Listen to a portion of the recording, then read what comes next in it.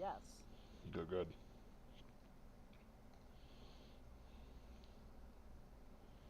Hello and welcome to another Sunday Superversive live stream. I am your host, Benjamin Wheeler, and I'm here today with Anthony Marquetta. Anthony, how are you doing? I've never had a bad day in my life. Yeah, we'll see about that. We'll see about that. Uh, so, today we have a few things to talk about. The big one being Oppenheimer, nuclear bombs in general, and I guess truth as well.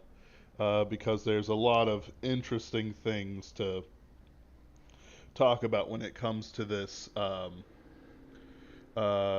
it talks about this subject, one of the things that certainly has come up in my circles and in other places is the idea that a lot of, say, World War II history is fabricated.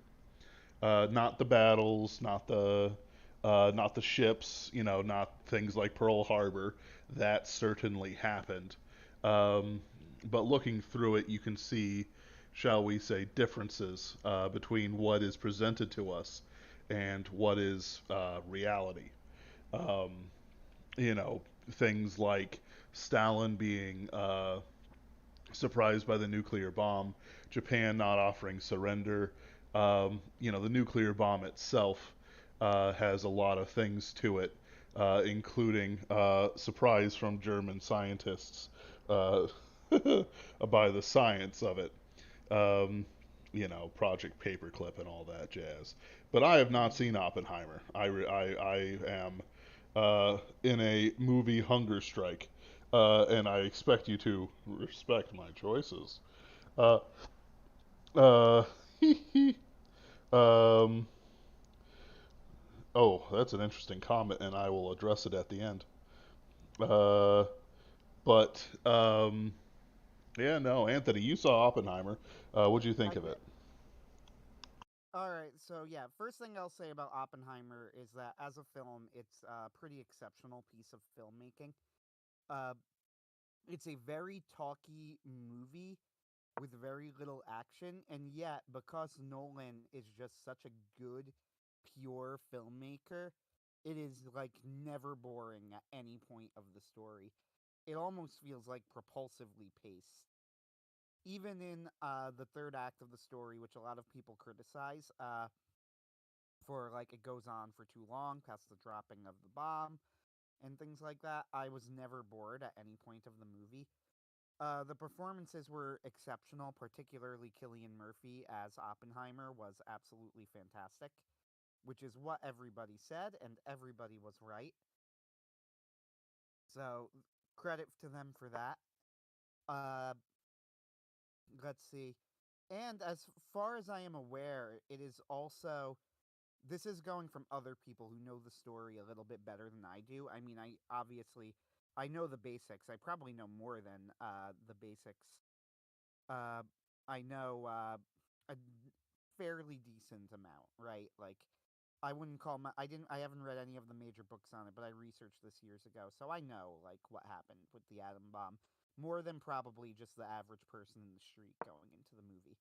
And it is supposedly from people who do know the history and who have read the books and things like that. Like it is exceptionally accurate in many respects and details. There's some compression of events and people in order to make the story work for a movie, but less than you would think, which is actually sometimes the criticism.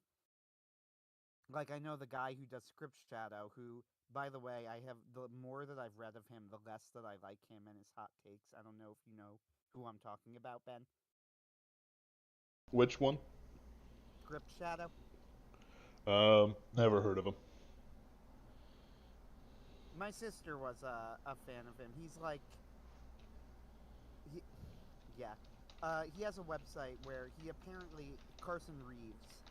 He's like sort of interested in he's sort of in Hollywood in some capacity, though I'm not sure how because I don't really read him that much.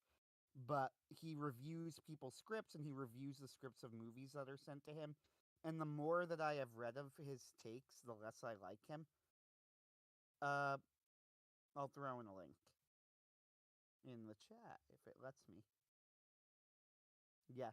Anyway, he did not like it, and one of the reasons he thought it should have been like paced like a thriller, he said people want to see the dropping of the bomb and they didn't show it. I disagree with that take entirely. The movie was marketed as a biopic. Everything about it made it clear that it was a biopic. The posters prominently show Cillian Murphy's face in close up. Like, there was nothing about this that led me to believe that it was a thriller, and it wasn't a thriller. So I don't know why you would go into the movie expecting it to be. Uh, just kind of a weird critique from my perspective. So, yeah, on that sense, I like the movie. With that said, anytime anybody makes any piece of art, they are always going to have a position that they hold that's going to come out, right? Like, there's always, even just like, why did they choose to tell this story, right? Like, what about this story interested them enough that they wanted to tell it? And there were things about the movie that I would criticize. Not the more obvious stuff that people like to give, the editing, that Nolan is a very robotic director. Yes, I agree that the sex scenes probably should not have been in the movie. In fact, I would say they definitely should not have been in the movie, since this is a Christian YouTube channel. Uh, it's a Christian YouTube channel. We don't believe in sex. Uh, but yeah, like but besides the more obvious stuff, there were certain moments of what I would call framing that I have a problem with. Uh, and primarily this comes out in two ways.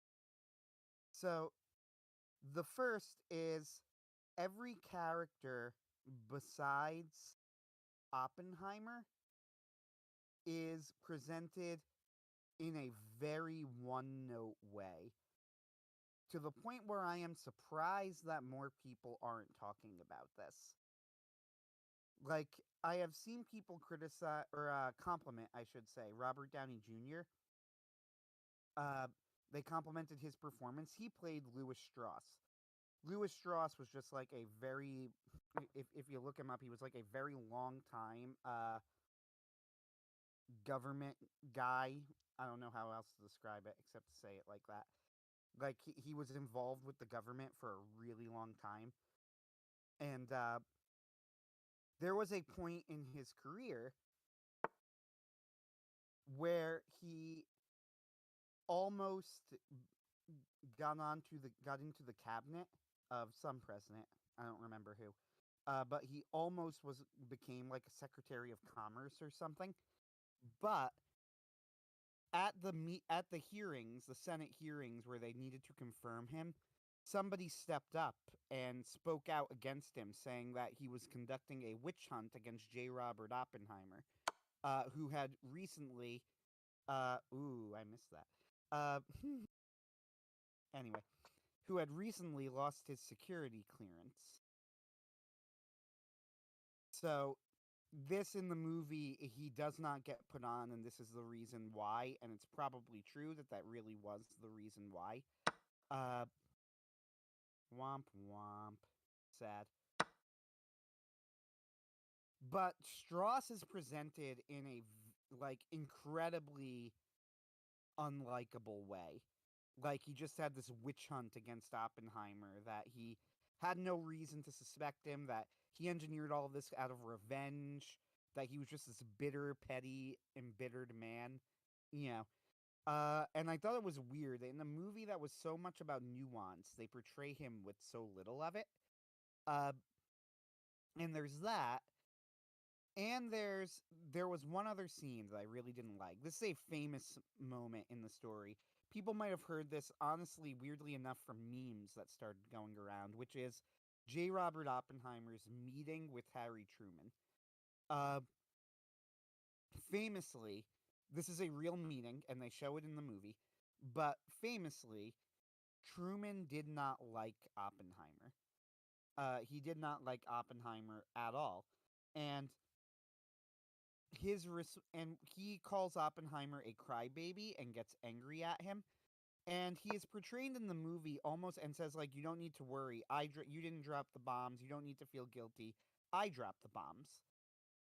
So that's all well and good, right?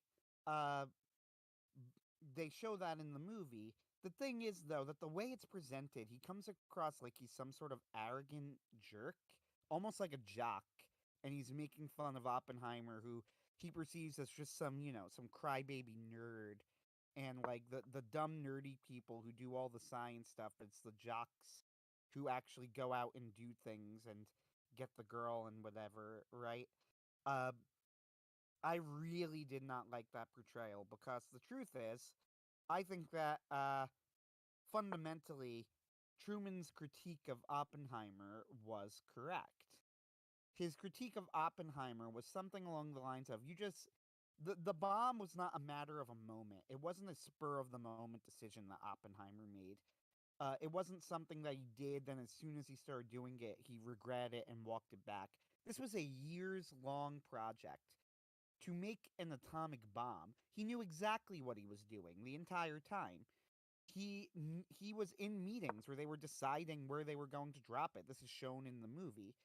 And then, after the decision is made to use the weapon that he had been very intentionally working on, uh, Oppenheimer gets cold, decides that he regrets that they used it. It's like, no, no, no, no, no. You don't get to make that decision. You don't get to decide that, right? Like, that's not how this works. First off, I think that one of the reasons that Truman did not like it is, in a sense, it is taking credit away from him.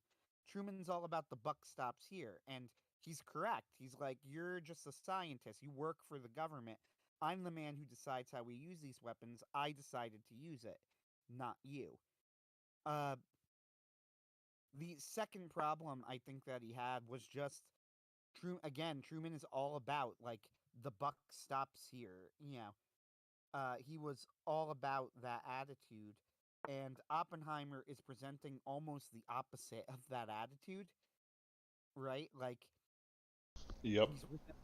he's presenting an attitude that's like, I I know that I just spent months doing this, but I'm not gonna own this decision, Yeah. and that's despicable, right? Like Oh, at least absolutely. in some sense, there's a sense it's despicable, and you could be somewhat sympathetic that like, faced with the reality of it, now he needs to accept what the consequences of his actions mean. But the fact of the matter is that Oppenheimer made his choices. He made his choices knowing full well exactly what he was doing, Yep. and you don't get to make those choices and then regret acting upon that. Like, you don't get to do that. That's not how it works. A Yep. real repentance involves much more than what Oppenheimer really actually did in real life. So there's that, and there's also just small things. Like, they're deciding what targets to choose, and they mention that they don't want to bomb Kyoto because of the cultural significance. But then they have the guy who says it say, also, we honeymooned there when I was younger, and it's a lovely place. Now, why would you include a line like this? The only thing that I personally can think of that why you would include a line like this is to make the Americans seem more callous, right? Like, the idea is that they're making decisions based on thousands of lives lost of who will live and who will die because, you know, some guy honeymooned with his wife there years ago. But even if someone said that at some point, which I'm sure is possible, like people can say all sorts of things, even if somebody said that at some point, it's really I'm trying to think of how to put it. It seems like they're turning something that was a genuine desire to not destroy Japan's culture and turned it into something nefarious. And that smacked to me of like a little bit too much of an agenda. Like Yeah. he was fighting a little bit too hard to push this opinion. It's And it's certainly go ahead. something like so there's a few different books that are really good about the atomic bomb, Hiroshima and stuff like that. There's one that just does the journey between the bomb existing and being dropped in Nagasaki and Hiroshima. Uh, and that's all it is. It's fantastic. But the thing is that there's like they destroyed Kyoto, but they had no problems destroy. They didn't destroy Kyoto for sentimental reasons, but the Dresden firebombing was an absolutely savage and unnecessary thing that they Oh, did. 100%. And it's like no, this is bullshit made up after the fact to humanize some characters. Oh, we didn't bomb Kyoto so that we could preserve some of Japan's cultural heritage. No, you didn't bomb Kyoto because you knew that the Japanese might not surrender, or some other super pragmatic reason. Like, you had no problems with Dresden. There are books that are forever lost, histories, artifacts, pieces of art from the Renaissance and before, that are just gone. A whole chunk of German culture is completely and utterly destroyed for all time because of what they did in Dresden. The reason why the Nazis used Greek architecture for a lot of things, the Germans loved Greek architecture. Most of their information, books, and so on, was stored in Dresden. It was a center for their art. They did not destroy it for its industrial capacity. Um, so it's like this part for Kyoto has always been stuck in my craw. Like, I don't believe this. Truman was a good Missouri boy.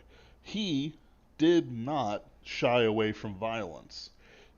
If somebody said, I think we should not bomb Kyoto because my family honeymooned there, he'd he'd probably start having a seizure.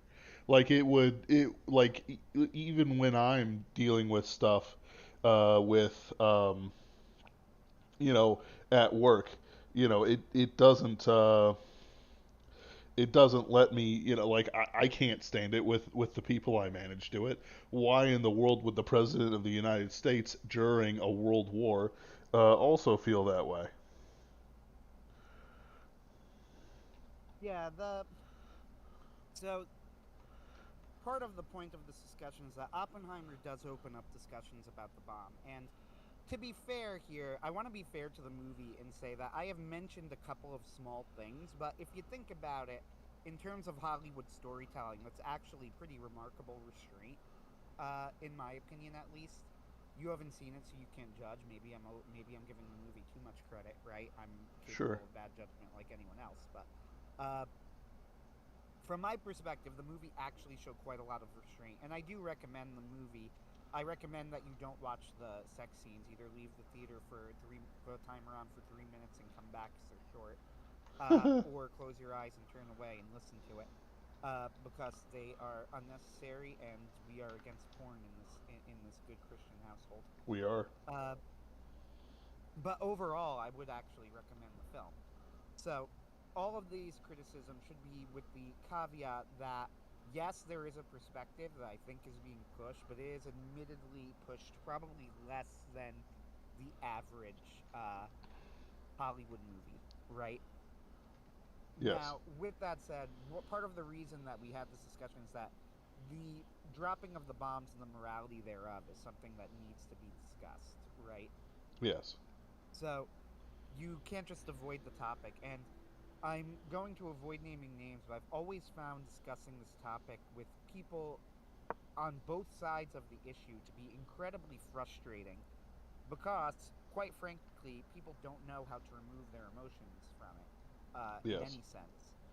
I discuss it with people who I otherwise consider smart, rational people, and they start telling me about their grandfather who was going to be drafted into the war against Japan. I immediately check out because Yep. I'm trying to discuss a moral issue. I don't really like. God can bring good things out of bad events. That does not tell me anything that your grandfather was saved. It also doesn't tell me that, that we shouldn't have dropped the bomb, right? It just Yep. doesn't tell me anything, you know. Your And personal the same thing, experience doesn't change what truth is. right? It's like, okay, that's great. I'm glad that the bomb saved your family's life, but that doesn't actually tell me if we should have dropped it or not. It just says that God can bring good things out of bad things, possibly. The flip side Mm-hmm. here is that you often deal with like insane drooling leftists who go on and on about how incredibly evil, the dropping of the bomb was, with no real knowledge of anything that went on or why it's evil, a completely incorrect knowledge of morality. So it makes discussion on the topic nearly impossible. Yep. People just get very, very emotional. And I deal with this even with people who I otherwise consider to be incredibly intelligent, right? Right. I have had this issue. So, my opinions on the bomb definitely did change over the years as I became more Christian, frankly. Uh, if you were to ask me, let's say, trying to think of what would be a good time, a decade ago or so, a little more, probably a decade ago.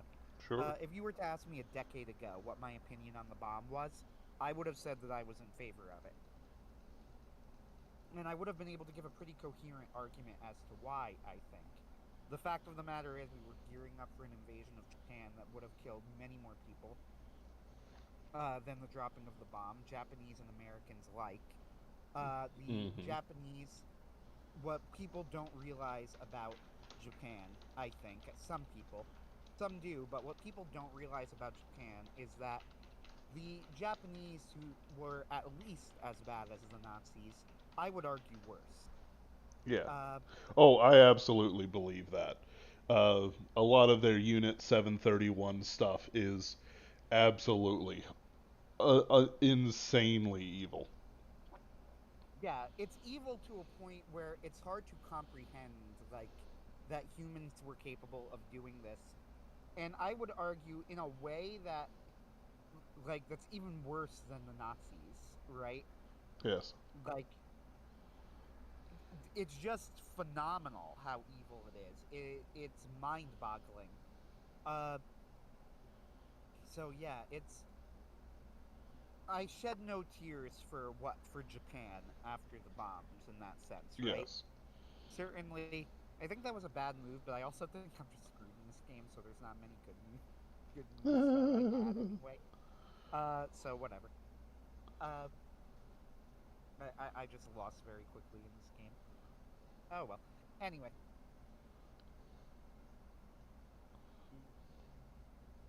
this is what you get when I lose 20 rating points in a month. Uh-huh. Anyway, like I Uh-huh. don't really.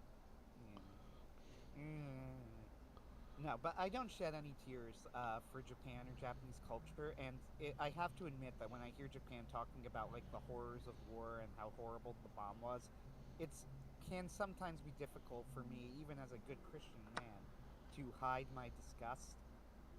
It's like, yeah, where was this concern at the rape of Nanking? Yeah. Yeah, where Are was this Han concern? people yet? What was that? Are Han people yet to you, you Right, know? exactly. The So answer it's is, of like, course, they're still bugmen, but you don't need to exterminate them like that.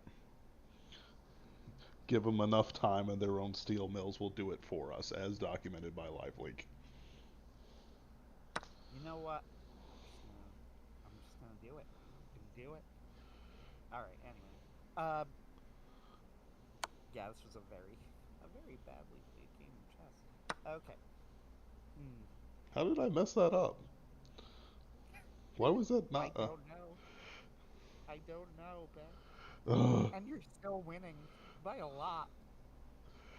yes. It's not even close. Uh huh. Anyway. Yeah. Anyway, back to what I was saying. Like, so when I say this, keep in mind that this is not out of some sort of misguided sympathy for the Japanese. If anything, the more that I've learned about Imperial Japan, the more disgust I have.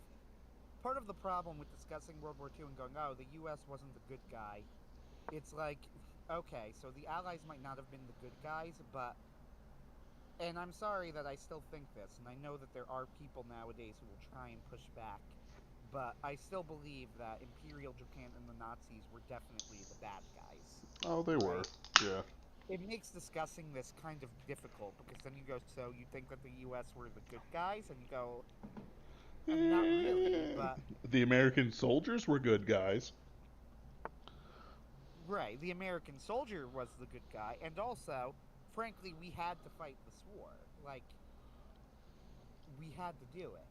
Yeah, Man, you got me on the there, there, run. there wasn't really an option here. Uh, if you read Mein Kampf, if you look at what Imperial Japan was doing, Yeah. I mean, you could say what you want about FDR hiding or not hiding Pearl Harbor, but the fact is, the Japanese had to do it, and they did. Yes. So there's lots of problems involving World War II. So my sympathies are not with the Japanese, is why I bring all of that up, right? Yes. Uh, but with that said, I would have said that for those reasons, primarily number one, the dropping of the bomb would have saved overall lives. It was a measure that when you look at the cold calculations of how many people would have died, more people would have died if we had not dropped the bomb. Number two is that Japan was run by a fanatical warlike cult that were not going to surrender simply based on the fact that they were assured a loss. And they were assured a loss, by the way. They were going to lose if we kept Yes. fighting. It was just a matter of when. But Japan was run by a fanatical warlike cult, so that's. And I do still believe that, right? Like, that's not an opinion of mine that has changed. Yep. So there's that aspect of it. And then number three is simply that we were in the middle of a war. So these sorts of hard decisions need to be made. Nobody wants to drop the bomb, but ultimately, when people are going to die either way, you got to choose the option that's going to kill less people, and that would be the dropping of the bomb. My opinion has since changed, but it's not changed for reasons that I think anybody particularly likes. Because they changed because I became more Christian, and I looked into it, and I Yes. eventually came to the conclusion that the logic that I had just used, while not fundamentally wrong, could not justify the intentional annihilation of civilian life, Yep. uh, as much as we might want it to. Yep. So, and I get it, but the problem is, so we're going to do a little lesson in morality, and I'm going to talk about it from my Catholic perspective, where everything is more technical, and you could talk about it from your perspective, and I suspect that when we do, we will talk about the same things, but Yes. worded in a slightly different way, Yes. right? So You're I'm going absolutely to give right. you, yeah. So I'm going to do it from the more technical perspective. Uh, we need to talk about what we are permitted to do as people. There are certain things that are intrinsically evil, meaning that they are always and everywhere wrong, no matter the circumstance. Yes. One of these things, What yeah, what is well, what is an example not directly related to our subject? rape. Good. All right, keep going. Yeah, so that's a good question though. Good clarification. Rape. And specifically rape, meaning like forcing sexual activity upon someone who you have no right to sex from and who does not need to grant you that activity. If you force it on them, that is rape. That is always and everywhere wrong, Yes. right? So, one type of intrinsic evil is the intentional killing of an innocent. Somebody who has not committed a crime that is worthy of the death penalty, or that you have not, or you don't have the authority to give the death penalty to, and you are not killing them in direct self-defense, right? Yes. So the people of Japan, of Hiroshima, what is the position that they are in? Well, some of them certainly would fight. Uh, that is true. Some of them, though, as much as we like to say, oh, the entire war capacity of Japan would have been engaged in this, that is simply not true because there were infants in Hiroshima and Nagasaki. Yes. There were cripples in Hiroshima and Nagasaki. And not just some, but quite a few. There were people who were not and could not fight in Hiroshima and Nagasaki. When we dropped the bomb, we knew for a fact that we would be killing a great many of these people who were non-combatants. The intentional killing of the innocent is always wrong, no matter the result of. So, the dropping of the bomb needs to be immoral. Now, the argument against this comes from what is sometimes called the principle of double effect in Catholic theology. That is that if you are going to do something uh that is that could be considered bad. I don't know how exactly to describe this, but that could sometimes be considered bad. If you can sometimes cause a bad. How about this? I'll reword it from the beginning. Sometimes you can permit an unfortunate but unintended bad outcome to occur if you have a proportionate reason to permit that outcome. So, a really, really clear and famous example of this comes from ectopic pregnancies. And ectopic pregnancies, from people who don't know, is when an embryo gets trapped in a woman's fallopian tube and starts growing. If the embryo is not cut away and removed, then the woman and the embryo will both die. The cutting away of the fallopian tube is not considered an abortion and is not immoral under traditional, this system of morality, because in this case you are doing something that is morally neutral. Uh, Namely, the morally neutral thing that you are doing in this case is is saving a woman's life, right? And the way you're accomplishing this is removing a piece of her body. That is not morally evil. That's morally neutral. The removal of this piece of her body will also result in the unfortunate but unintended death of the embryo, who you would otherwise try and save. Now, that's an example of the principle of double effect in action. So, how is this sometimes invoked to justify the atomic bombs? Well, the argument would go something like this. The principal intention of the dropping of the Hiroshima bomb was, I believe there's a naval yard in Hiroshima. Am I right about that? I think so. I can't remember. Uh, that there was a military installation, and this is true, so I'm not using this to doubt it. There's a military installation in Hiroshima. The dropping of the atomic bomb was intended to destroy only this military installation. This is a legitimate military target. The death of the civilians is an unfortunate but unintended side effect. So you're doing something morally neutral that will have a good outcome, right? Namely, ending the war faster. And there is the unfortunate side effect of the deaths of civilians. However, there are multiple problems with this, which you could probably which perhaps you can work out. The first problem with this line of reasoning is that you are not doing something morally neutral. There's a sleight of hand going on. The destruction of the Hiroshima naval base, which could have been accomplished with conventional weapons, by the way, uh, potentially at least. The destruction of the Hiroshima naval base is not the thing that we thought would lead to the end of the war. The thing that we thought would lead to the end of the war was the tremendous destructive power of the bomb being used on Hiroshima, right? So you're saying that the destruction of the naval base would lead to the good outcome of the end of the war, but that's not the thing that convinced Japan to surrender. The thing that convinced Japan to surrender was the destructive power of the bomb. So your intention was to demonstrate the bomb's tremendous destructive power on civilians. Now, it is true that the U.S. did warn the Japanese people about the dropping of the bomb, so one could argue that that proves that they were not intending to that the intention was not to kill the civilians. However, I think that this argument proves too much. When they dropped the bomb, they did it knowing expressly that civilians were going to die, right? They did it Yes. knowing and intending for this to occur.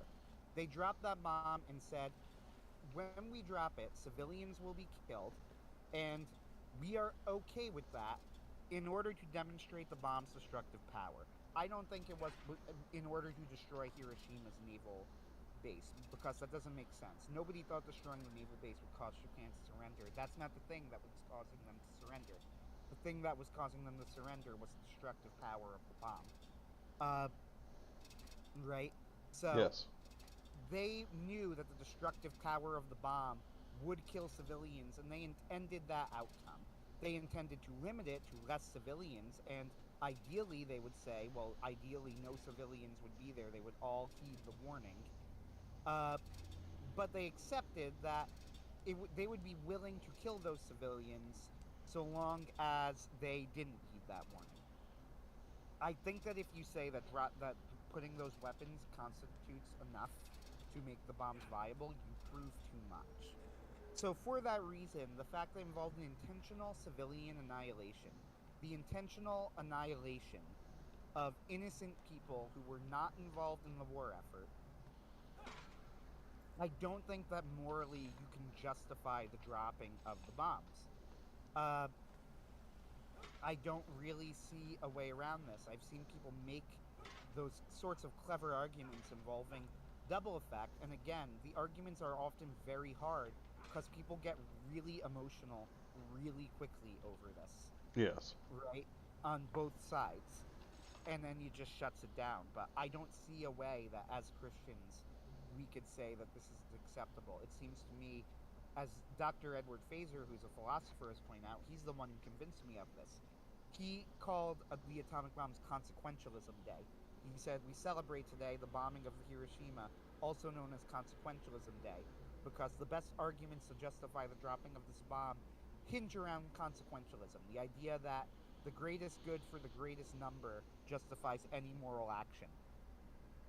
And he Yep. goes, that is not a Christian position. That is not a position that we are allowed to endorse. It's a position that I reject. I agree with him. Yes. Oh, a free pawn. So Ben, what is your position on the bombs? How would you word it, and do you agree with what I just said fundamentally? Yeah, fundamentally, I agree. I do trust that when Catholics say something that makes it into, shall we say, the deep lore, including meme, Galaxy Brain, Gautier, somebody that you used to know, remix. You can trust it. Like it's, there are things that Catholics and Protestants fight about. We actually don't disagree on not bombing civilian targets. uh, this may come as a shock, but bombing civilian targets is bad. So there are some arguments that do need to go over. Um, if like I said, if there's a balance, for consequentialism, utilitarianism, certain amount of pragmatism, all right. But the thing is that the actual goals don't actually line up with the propaganda. So during the 30 Years' War, for example, uh, I just realized I made a really big mistake, and I'm hoping you. It's not a mistake in the traditional sense in this game, but I'm hoping you don't notice it because I have a really good, and I'm mad okay, at myself. okay, I'm so mad. Go ahead. okay, I'm sorry. nerd. Anyway, it wasn't me it wasn't you who checked your king. It was me. But so during the 30 Years' War, Christians treated each other very poorly. It was very bad. Towns were raided, sacked, the women raped. It was horrible, horrible. There was no discipline. Um, these were mercenary armies just tearing through Germany with no control over them, or very little. As part of the reason why Gustavus Adolphus just came in randomly. It's like this has got to stop, guys. Besides Sweden's more warmongering tendencies, I never thought that you'd say that about Sweden, but Sweden has been incredibly expansionist in the past. Uh, so there's a story where a mercenary is raiding this town. I believe it is they were raiding it because it was Protestant or something, and he goes in there. He kicks in the door of a house and discovers it's just a woman and her baby, and she's like, please help us. uh, my husband's dead in the wars. I don't have anything. Please, don't kill us. And so what he does is, instead of having his way with her, burning the house down, with her in it, of course, all these other things, that he was in his right in the sense of conquest and the wanton destruction that was happening around him. In other words, he would be acting like everyone else in his cadre. He instead took her and her children and escorted them out. No one attacked them. He didn't like take them to a safe place, but he's like, look, I led you. He leads them back to the camp, and his wife, who has been among the camp followers, goes, this isn't gold. This isn't money. Sort of thing. Uh, it's one of those stories that kind of sticks with me, because of its huge, like it's very, this man must have been some sort of Christian, sort of, so to say. Even though everyone around him was taking a moral action that was certainly, um, you know, no one would have, no one would have done anything to him, is what I'm trying to say, if he had killed her right there. You know, Hmm. Uh, the thing is that before God, that would still be evil. Before God, the choices that are being made matter more than the reasoning that justifies them. When Oppenheimer uh, became regretful, he understood that he had done something wicked. He had created a weapon of war whose only purpose is mass destruction. There are no redeeming qualities to a nuclear bomb. They're even used against their own people by our government. In this, where they were used against the Native Americans who were living on the land, but also they've been used to threaten their own people. There's no redemption in a nuclear bomb. We are not in sci-fi times where nuclear bombs would actually be pretty useful and not that dangerous to civilian populations. When used in space and other things like that. Um, so when you look at this stuff, there was more damage done to the Earth than uh, than people realize. Almost all the metal we use that is older than the 1950s is irradiated. Every single piece that was existed in a forged state before the testings and the uses of the nuclear bomb are have different half lives in their makeup than pre 1940s. In fact, it's a big industry that Chinese people are digging up World War II battleships just because their metal is so valuable. Um, there are fundamental changes to the world that exists. Do you mind giving me some time, Anthony? Yeah, Uh, absolutely. yeah, thank you. Uh, and I'll give you some time as well. Uh, that in general, you look at it, there is nothing good that you can point to. The civilians were killed and had no chance to run or flee or surrender or anything like that. They could have dropped this bomb 15 miles outside of Tokyo and said, what? You're going to do this? You're going to keep doing this? Or no? They dropped bombs on the emperor's palace. If the nuclear bomb was all that it was, they could certainly have made a demonstration that would have, like, say, wiped out whatever fleet was protecting Tokyo, for example. Or they could have attacked, a harbor that was decently far enough from, civilian targets, or, much more minimal civilian targets. People don't talk about the harbor in Nagasaki. They talk about the city of Nagasaki because a bomb wasn't dropped over the harbor; it was dropped over the buildings.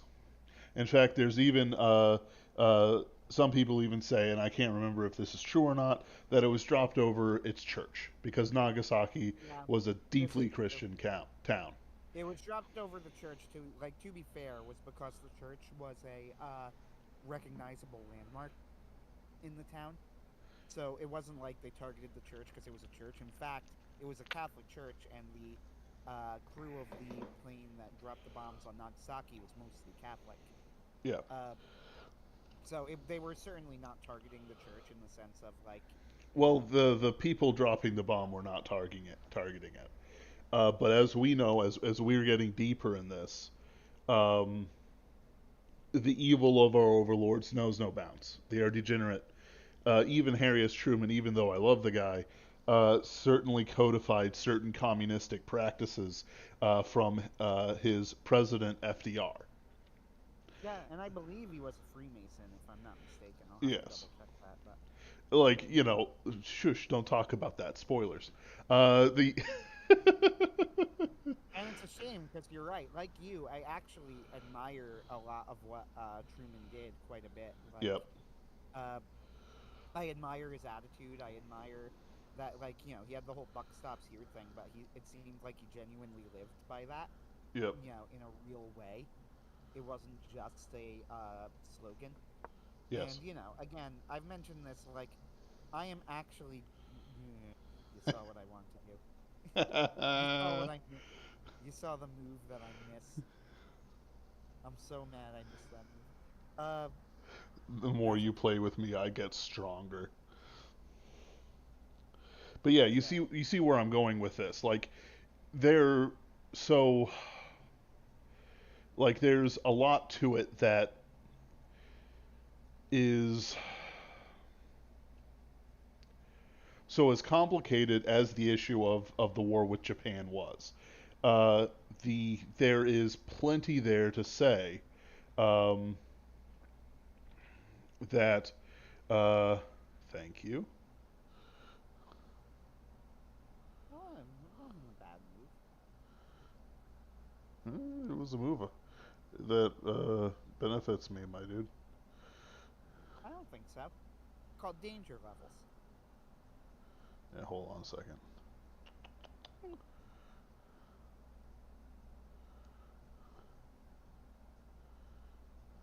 It probably does benefit, but it might benefit you. But I would win the exchange, and yeah, yeah.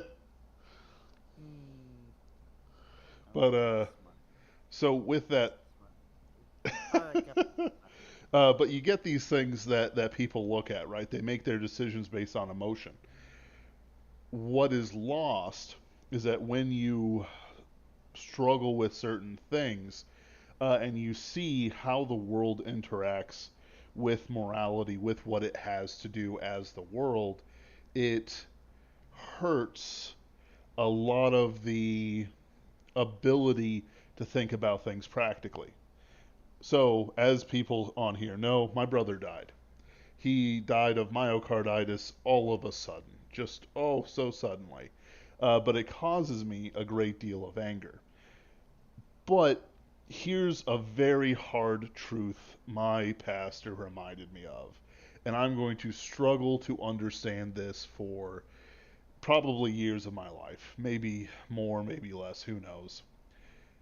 God numbered my brother's days. He numbered every minute of them. Yep. That was the only move I had available to me. Yep. That's not fair. Otherwise, Okay. I would have just taken it. There wouldn't have been no exchange.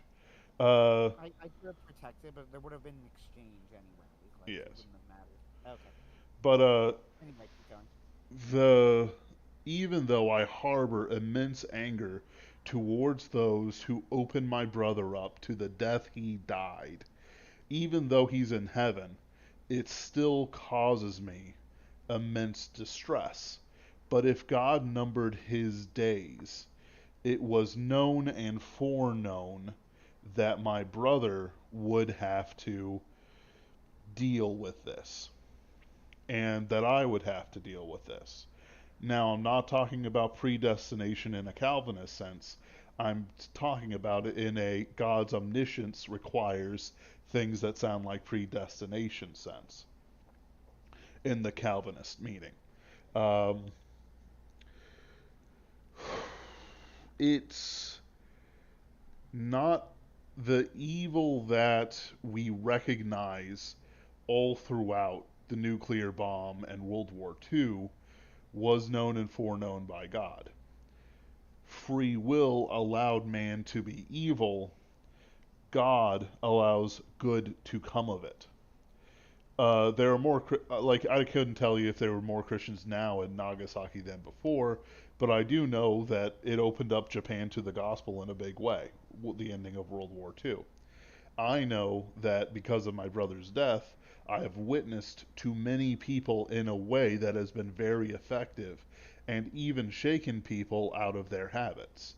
Do I know if anyone's become saved over it? No, I don't know, but it's one of those things where I can use it as a witness. As a writer, one of the great works that I will have to set myself to do is to write his story down. Do you mind giving me a couple minutes, Anthony? Yeah. Uh, the the things that we see with morality and have to justify, even beyond things like how radioactive were the nuclear bombs really, uh, how much like radiation and fallout was there, um, less than you think, but more than what deniers say. Uh, how what information of people existed in Europe before the mid-century Germans. Um, there's a whole lot of things there that I have become privy to, that others have become privy to, that go beyond the memes to say, hey, look, this is an issue, this is an issue, this is an issue. Japan tried to surrender several times to MacArthur, but it was denied. Now, as I understand it, Anthony, the Japs were known for fake surrenders. That isn't something I was aware of. Um, Oh, yeah, this was known. So, particularly, I'm thinking of like in Okinawa, uh, and Iwo Jima. They were no. It was like a well-known thing that they would surrender. Men would come out and receive surrenders, and then they would keep attacking and kill, like medics, people like that. This yeah. is a very they were notorious for this and made fighting them like absolutely brutal. Yes. Uh, So which is that's why, sorry, yeah, that's not something sorry. I knew, but it's like the options that were presented that people decided to do, and it's hard to talk about it, but it's like the choices that are there were the choices that were made, that were known and foreknown. God can and will judge, but we here can only decide whether to believe the truth or the lies. There we go. Yeah, I get it. Like, so first off, Vox. So yeah, Vox is the person who posted that article from the 1940s on Japan offering the surrender several months earlier. I'm I'm skeptical of multiple aspects of this. Just like something about it doesn't. Oh, I gotta move. You messed up. You messed up. Did I? Yes, Shoot. aces. Okay. Uh, it's not really as good of a move as it seems though, because problems. Okay. See, you should have taken my knight because then I would have taken your queen. You would have gone my other knight, and I only would have gone up 3 pieces as opposed to more. But okay. Anyway, and now And now. this. Okay. I don't remember the rest of the words, but I know the song. Uh, Yeah, I'm just very skeptical of that story. Something like there are aspects of it that don't add up to me. That like, oh, the USA refused to surrender specifically so they could test the bomb. It's not so much that I think like, Yeah. oh, the USA isn't evil enough. It just doesn't sound plausible. Well, no, it wasn't Sounds like evil or not. It was to impress the Soviets. possibly. I mean, I guess that's plausible answer, but like if it were just to impress the Soviets, they could have done it in any number of ways. Like I don't know, something about it Nope. does not sit And with the me. Soviets knew about the nuclear bomb too, so it's not like, They did. They had multiple spies in Los Alamos. yeah, like it's one of those things where like looking at stuff, there's history is way more complicated than we want it to be. There's no easy answers, but at the same time, we can say, okay, this. When I say the American soldiers were the good guys of World War II, I mean the literal American soldiers, maybe even MacArthur and Patton, um, but certainly not, the actual government, which is normal. But it's like, looking at stuff like that, like you have Truman and FDR who were absolutely unrepentant, and then you have Oppenheimer who feigned repentance because he believed that he would be judged for it and wanted to escape judgment. But quite frankly, like Anthony's pointed out, like Truman pointed out, you know, he wasn't the one who dropped the bomb, and he knew exactly what he was doing. There's a great 4chan meme where it's like, "Oh no, I can't believe it! The Jap Smasher 9000, it smashed Japs. What do you mean? How Uh, could they my use favorite this?" version of the meme was somebody like rushing in and going, "Mr. Oppenheimer." Turns out that Operation Mega Bomb Jap Smasher 9000 was used in an unexpected way. There's so many different versions of this meme. Like it was very popular a week ago. Um, It did make me laugh, I gotta admit. Yeah, yeah. That's I guess that's like I could at the very least I could tell you that I could see why Truman disliked Oppenheimer's response because it's sort of like seriously now, like now you're coming and telling me this. right. Yeah, and I get the frustration. I don't mean to entirely like was they feigned repentance? Well, maybe it wasn't. But there's just something about the idea of running to the president, going like, I don't know about these bomby things when you're the father of the atomic bomb.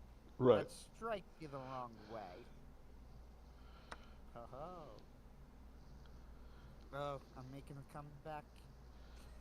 I'm making a comeback. Baby, Yeah, this come is back. actually it's a pretty close game actually. It's an interesting game. You have so one two. The problem is you're lower on pawns, which is not good for you. Uh, Uh, hmm.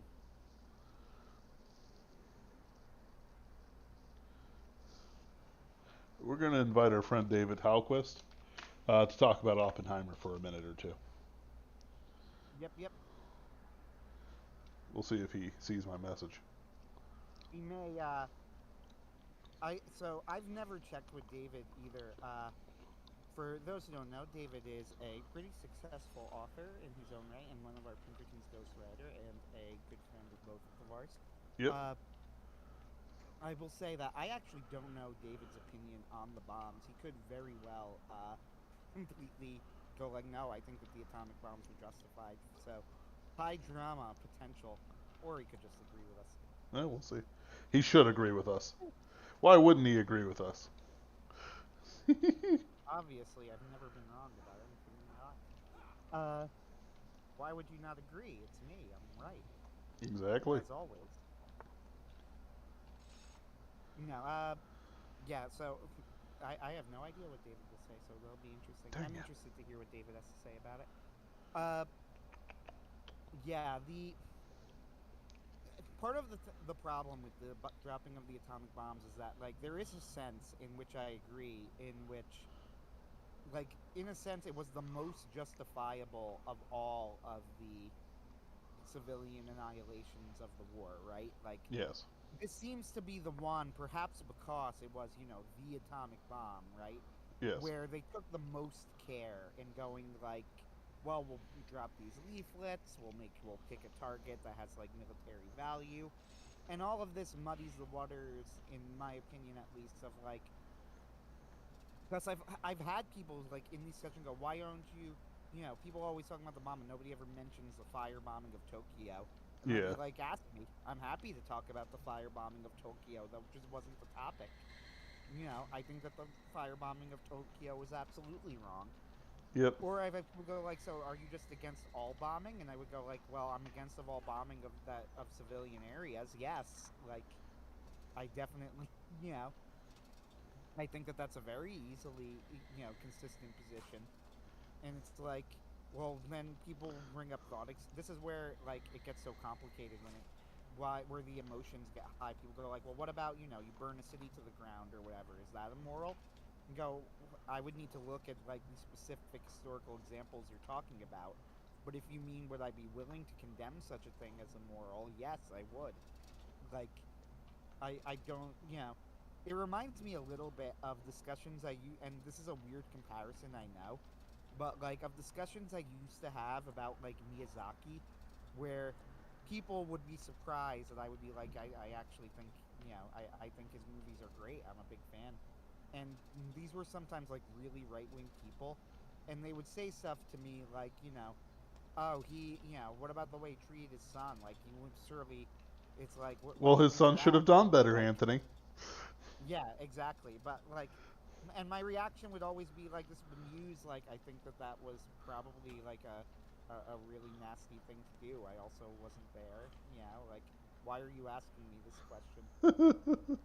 And they would be surprised that I wasn't like, you mean you're not just going to blindly defend, right, everything that Miyazaki-san did his entire career? Yep. And I would be like, no, why would you think I would do that? Like, I don't, like, no, I'm not going to actually. Uh, Yep. it's sort of a similar thing with this, where people will be like, well, what about burning down cities? And I would go like, I'm absolutely willing to condemn the wanton destruction of cities, yes. And then they would be like, oh, like really? Be like, yeah, really. It's like, well, what about the firebombing of Tokyo? I think that was a war crime. Like, Yep. you know, but that's also, and they go like, well, what about the look at what the Japanese did, and I'd be like, yeah, that they were far worse. It's like it doesn't change the fact that we committed a war crime. Good evening. Hey, hey. David, I can't play three-dimensional chess with you people, so it'll have to remain two-dimensional chess, but I happen to have a few spare minutes, and this is an intriguing topic for me, although I admit I missed the first half of the entire discussion. So, that's okay. So what did you think of Oppenheimer, and what's your opinion on the overall topic? the movie or the man?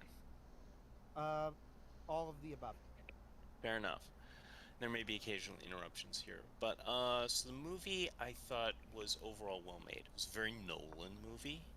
So there's a lot of Nolan stuff. You have the Nolan music running at full blast, running over Bah. everything. You have the Nolan pacing, where it's long scenes that are meant to be tense, where maybe it shouldn't be. You have the Nolan directing I screenshots, need where you more time, have, Anthony. huh? Yeah, I'm on it. Keep going, David. I'm sorry. Oh, where you have where you move all over the time. Like he's got basically 5 timelines that are running where he just switches you almost at random through them with just abruptly because so it's a very Nolan movie. Um, you either love this or you hate it. I found the music part very irritating. Like everyone raved about the music, I thought it was extremely annoying.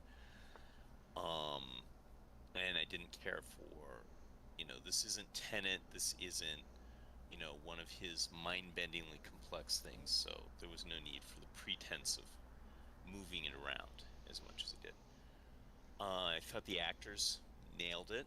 I thought they did what they did. I thought the story was kind of interesting dealing with more Oppenheimer the man than Oppenheimer just the bomb machine. Uh, and they actually did kind of play up what he seemed to have, which he seemed to have some level of Asperger's going on, and the actor hit that. Like he's just a little bit off all the time, as it should be, with something like that. I thought the negatives are many. Let me finish the positives. I thought that the interjection of some of the science of what was going on in there was good. They could have done more of that, but they kind of did a good job of showing Oppenheimer's kind of living kind of in his head in the world of like science and mathematics and all of that. And then, oh, there's these weird fleshy beings around me. I thought they did a good job with that. Um, and they did something I didn't think they'd do in a Hollywood movie, which is they showed that freaking communism was like all over the place in academia. It was a raging cancer, still is, and they just admitted it, which shocked me. Um, the downsides, I'm supposed to feel sympathy because, oh no, someone's losing their security clearance because they associate with like 50 communists embedded 12. I'm like, no, no, pal. I'm sorry, no. There was kind of this whole like, let's turn it into like the JFK movie.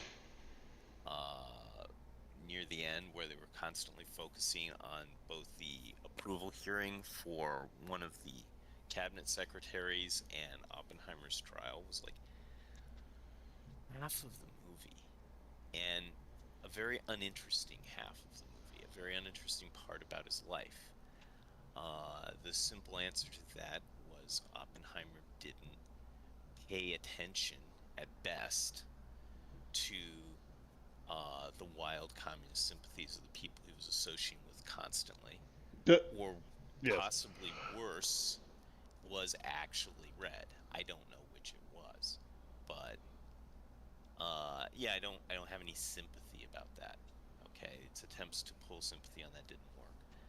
I think they could have done a little more actually describing some of the science involved. You didn't have to go deep, but people could have understood a little more about this, and for man is involved in the sciences, they could have just, here's 30 seconds demonstrating the idea of something he has as he's talking to a student or something. Would have been fine.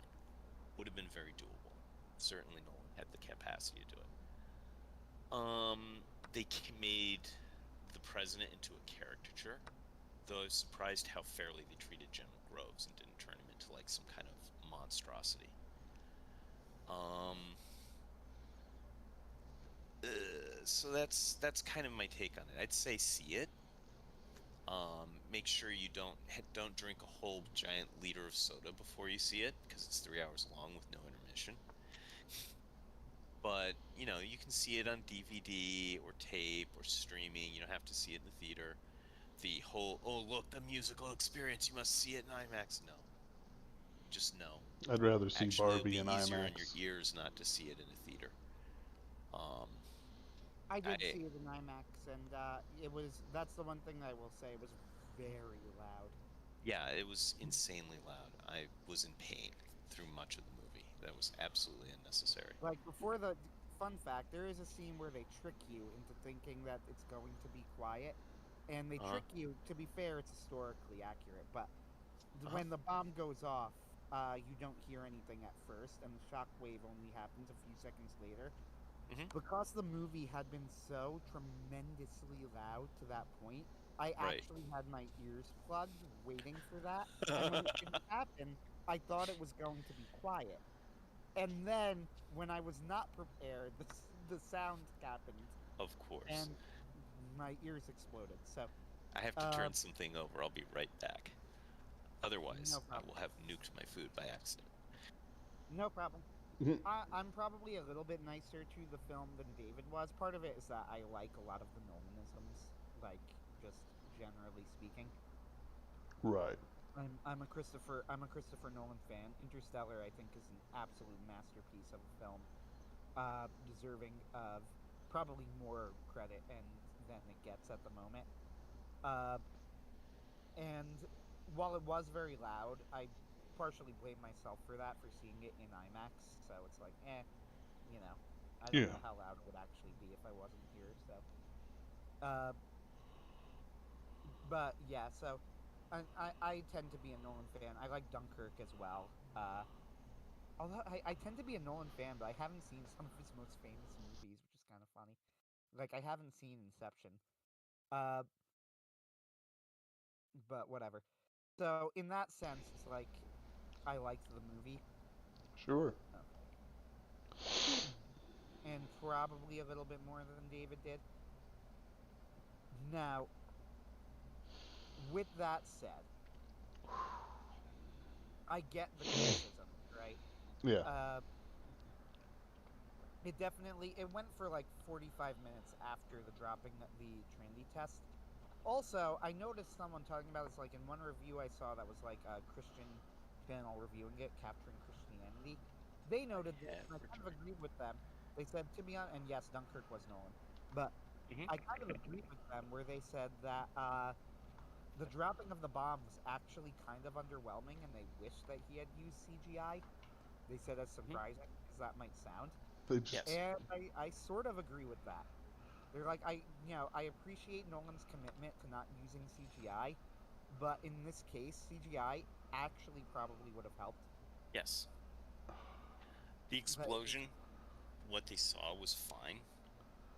They could have, again, since it was his magnum opus, whether he likes it or not, they could have shown a sequence of like extreme slow-mo through CGI of the thing going off in the beginning, like how and why it's the way it is. Again, would have alternatively, taken 30 too, seconds. you could Wouldn't have see killed. real footage of the Trinity tests, Sure. and they could have just used that, colorized it, and used some That would digital, have worked too. used some upkeep, which I would have preferred they Yeah, do. But touch it up a okay, little bit. Hmm. yeah. Now that you're back, why don't you give us your take first on Oppenheimer the person, and Hmm. your general opinion of the nuclear bombs and the morality thereof? Hmm. Because I'm very curious. I actually don't know and have not checked on what you think of this. Fair So, enough. for all I know, you could completely disagree with Ben and I. Very possible. I could get all kinds of enemies. It's exciting. All right, Hmm. Oppenheimer the man. I'm not an expert on him. I think he had Asperger's or some version of on the spectrum. I think he found relating with people very difficult from what I've read up on him in history. He tended to absolutely irritate the you know what out of everybody he met. Um, he was arrogant. He was intelligent, but he wasn't like the brightest person in the universe. But that those things kind of all seem to have gone together. I have nothing to indicate that he ever tried to poison his professor or that he had like any stripe for doing that. He did So, hang out. Hmm. my understanding, and I'm sorry to interrupt you, this is just commentary on that one comment. Hmm. My understanding is that we know it's confirmed, he's admitted it, that he did try and poison his professor, but Okay. there's a big but there. We don't know that it was cyanide, and Ah. it's very probable that it was not. Okay. That narrows it way the heck down. Oh well. All right. I didn't know that. He Ben didn't had see the movie, so he has no idea what we're talking about. he Look that one up, Ben. yeah he uh-huh. associated with oodles, toodles, and toaster strudels of communists, and I think this is a grave flaw. He's like, well, I should have known when he made the Molotov Ribbentrop Pact. It's like, no, you should have realized it when they were communists. Okay. He gave the date, but it was the date of the Hitler Stalin treaty. Um, so yeah, I think that's a grave character flaw. I don't know whether he was a communist or he just didn't care. But either way, like that's a real problem. That's a serious character flaw.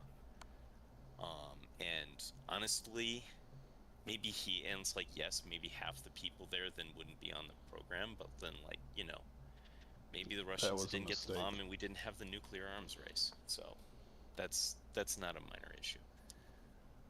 And they treat it like it is. As for his regrets afterwards, well, his regrets were after Germany fell. Both Oppenheimer and Einstein have said that they wanted the bomb to be used against Hitler, against Germany. And once Germany was gone, it's, they were then again, that was when they went, oh, we're not in favor of using the bomb. Now, he still went ahead and approved its use, but he wanted to finish the bomb, so he did. Einstein was very anti-bomb as soon as Hitler was done, and both of them were like, bomb is bad afterward. I don't think it was less they were trying to get absolution or prevent critique, because this was the 50s, and everyone was like, yay, everything nuclear is cool. I think it was, they did feel bad about it, that it had been used, but I don't think he would have felt bad if it had blown up Berlin. It was, the purpose of this is to stop the Nazis, and that's the only reason he was doing it. The rest of the war was kind of, I'm not sure it measured on his scale. Yeah, that was one thing I didn't mention, and this is very Mhm. important, is that Oppenheimer was Jewish, which you could probably tell Mhm. by the name, and he was very personally invested for that reason in Mhm. taking down the Nazis specifically. Fully Part of my understandable. problem with that, Mhm. while that is understandable, is that Imperial Japan was arguably worse. If you are okay Mhm. with taking down the Nazis, you should definitely be okay with taking down Imperial I Japan. completely agree. And when he decided, okay, I'm going to join the American war effort to fight Hitler, he should have, frankly, all of them should have been like, okay, we're going to follow through against Imperial Japan. It's still bad even if it's happening to someone else. So, um, a lot of people don't think that way. So, the other thing that was going on, I think that's mostly it for the man. I don't think he's this deeply complicated guy or this person that was playing with the physics and didn't understand what he was doing. I I've think he always thought understood that what he was was dumb. doing. Yeah, I think he understood perfectly well what he was doing. He was all in to get the bomb to blow up Hitler, and then when Germany was gone and they were still working on it, sure, finish the work. But I think he was less enthused by that point. Um, Now, yet two or two not drop the bomb. I assume you mean on Japan. At the time it did, in the way they did. So, yeah, what we're Mhm. referring to, did we make the right decision? Ah, okay. Man, did I have a long conversation with this one afterward of the movie too. So I think there's two ways to look at whether something's the right way to use a decision, and this is going to sound like it's weaseling, but I'm going to define my terms carefully, and I will answer both. I'm not going to weasel out of either one. One way to look at something is it the correct decision based on the information and resources available to the person who made the decision? And the other is it the correct decision in terms of what we know now, right? Mm-hmm.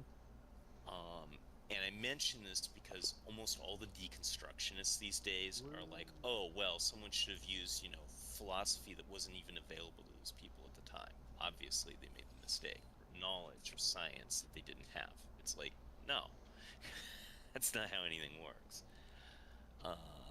Speaking of things being destroyed by thermal radiation, I'm going to go turn my meal and I'll be right back. So Ben and I have finished our game, and I'm looking at it, and it was played hilariously badly. Holy crap! I'm looking at the game review of this game. White had 6 blunders. I had 2, but 8 misses.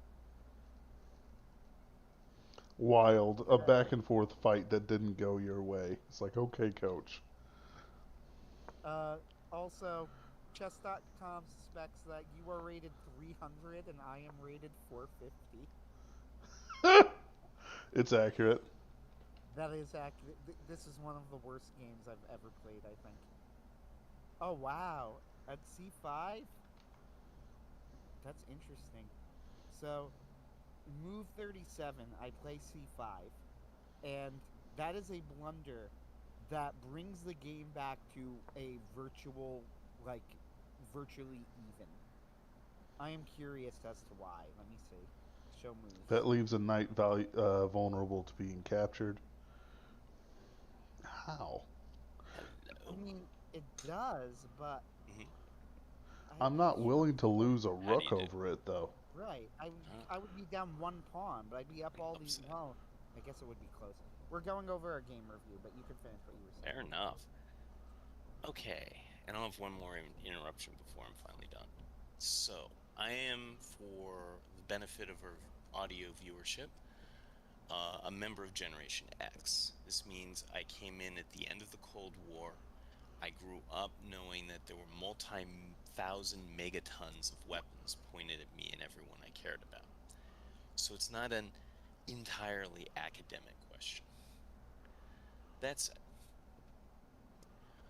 what do we have here?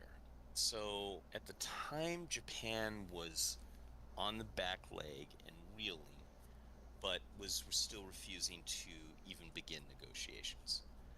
So they had had much of their navy smashed. They hadn't had much of their air force turned into kamikazes and smashed. They had lost the ability to receive fuel oil and many other important world commodities.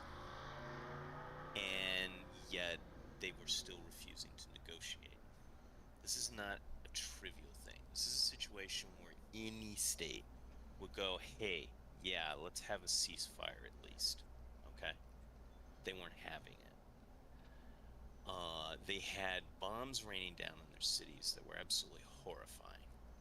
So, a typical aerial raid on Japan would involve B-29s going overhead and dropping high explosives to break open all the gas pipelines. Then they would have fragmentation warheads blow up all the wood buildings so you had splinters everywhere. Then they would drop gasoline bombs on it and white phosphorus to turn the whole place into a firestorm. So, in terms of horrifying, my God, what were you thinking? Strategic bombing, it was already going on. Some of the We had an occasional situation where it got that bad in Germany. I think Dresden is fairly infamous, where Yep. Firestorm took off. But this was like a day that ended in Y in Japan. It was horrifying. So they were like, we'll drop all these bombs on them and then they'll surrender. No, they weren't just dropping bombs on them because they were brown. They dropped bombs on the Germans just as much. It's just Germany fell apart faster. So, yeah, that didn't work. Aerial bombardment didn't make Germany surrender. Aerial bombardment didn't make Britain surrender. It just pissed everybody off. But that was the mantra of Strategic Air Command at the time, is strategic bombing will force them to surrender. It didn't. They were preparing for something called X Day. X Day would involve landing about 1 million GIs on Japan proper and fighting it out. When they fought on Okinawa, they had fought through tunnel systems, brutal defenses, people fighting to the last knife, literally, not figuratively, and civilians throwing themselves off of the cliff because they're convinced the GIs were here to kill and rape them all and kill their babies. So they committed suicide first. So that was like a sneak preview of what general ground war on Japan proper would look like. And they were like, yeah, about that. The Russian angle is not one to discount either. The Russians were gobbling up the Kurils at the time and preparing to begin an action on Japan proper because they just got freed up with Germany too. And they didn't want a communist Japan. So along comes this wonder weapon that'll make all their problems go away. How much did the president and the command forces actually know? They knew it was going to be a huge bomb. I don't think they knew all of the details. You could have told President Truman, yeah, there's going to be radiation, he'd be like, rate of what? He knew about firestorms, he knew about massive damage, he knew it was going to mess the place up. Unlike in the movie, excluding Kyoto from the bomb was not a flippant thing. They were like, we will actually just enrage them if we blow up Kyoto. Okay, it's their cultural center. They'd already hit Tokyo. They chose Hiroshima because it was a military port and war manufacturing was going on there, as was with Nagasaki. These were not solely civilian targets, but they were also civilian targets. It's the same way they blew up war plants in Germany, but took out half the city with it too. And about the amount of damage is equal to one of those strategic raids. What was different was it all happened with one bomb from a clear blue sky. The scope of what the radiation damage that did, they knew radiation existed, and the scientists who built the thing must have known what the effects on the human body were, because they had accidents like the Demon Core and other things like that when they were assembling the core. But I just don't think the generals and the president actually intellectually, intuitively understood what it would mean in terms of fallout. In terms of blast damage and firestorm, I think they understood. Certainly the generals who would have been experts on those subjects by this point. They were hoping it would make them surrender. There is a myth going around that, like, they just wanted to drop them to test them out. They did not drop them to test them out. They knew the uranium bomb would work. They knew the plutonium bomb might work, which was why they tested one at Trinity and then knew it would work. They did not just do it to scare off the Russians, but they probably did also do it to scare off the Russians. They did not just insist on dropping both before they could respond. That is another falsehood. There was a period of time between both. They were in communication. And there was an attempted coup in the Imperial Palace because the Emperor was thinking about surrendering after the first bomb. And the army wouldn't have it. So, would the Japanese have actually fought it out with little girls with bamboo sticks against tanks? I don't know. They were being trained for it. Was it the right answer given what they knew? I think given what the president and the generals knew, they did the best answer they could out of a terrible set of collections. The scientists probably told them about the level of radiation, but I don't think they understood it. I don't think anyone who hadn't been on the project and been working with radiation really understood it. I think a lot of people today don't really understand it. They just know it's bad and scary and you can't see it. It's its own understanding. In light of today, well, I've heard some of the other alternatives, and I shall be back shortly with that.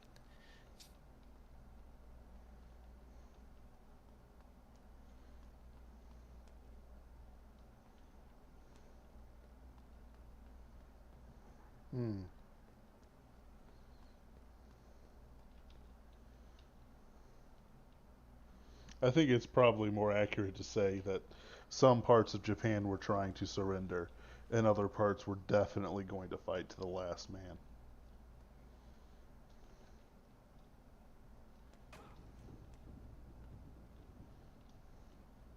Probably.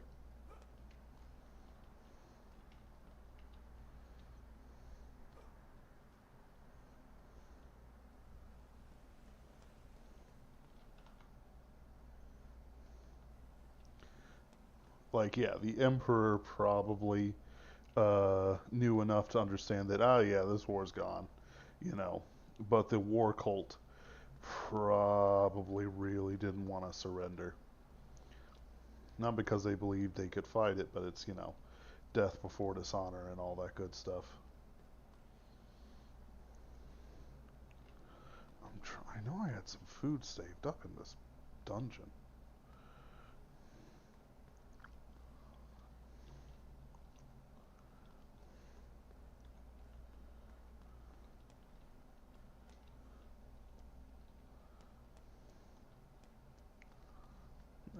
for him to come back.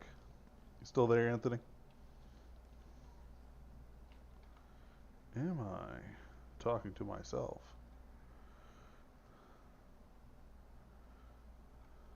Oh, they're both muted. Unmuted. Can you hear me now?